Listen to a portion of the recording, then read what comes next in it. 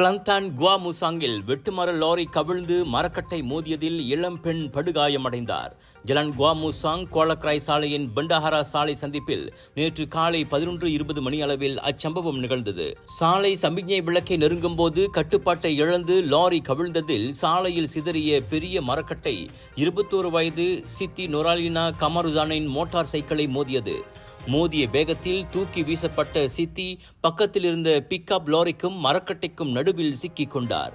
அப்போது அங்கிருந்த மற்ற வாகனமோட்டிகள் அந்த பிக்அப் லாரியை அப்புறப்படுத்தி சித்தியை காப்பாற்றி ஆம்புலன்ஸில் குவாமுசா மருத்துவமனைக்கு அனுப்பி வைத்தனர். அங்கு தீவிர சிகிச்சை பிரிவில் அனுமதிக்கப்பட்ட சித்தியின் உடல்நிலை மோசமாக இருப்பதாக அவரின் வருங்கால கணவர் கூறினார்.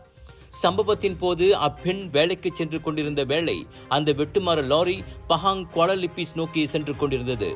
வெட்டுமரம் மோதி சித்தி கீழே விழும் நெஞ்சை பதற வைக்கும் காட்சிகள் அடங்கிய 2 நிமிடம் 33 வினாடி வீடியோ வைரலாகியுள்ளது குறிப்பிடத்தக்கது.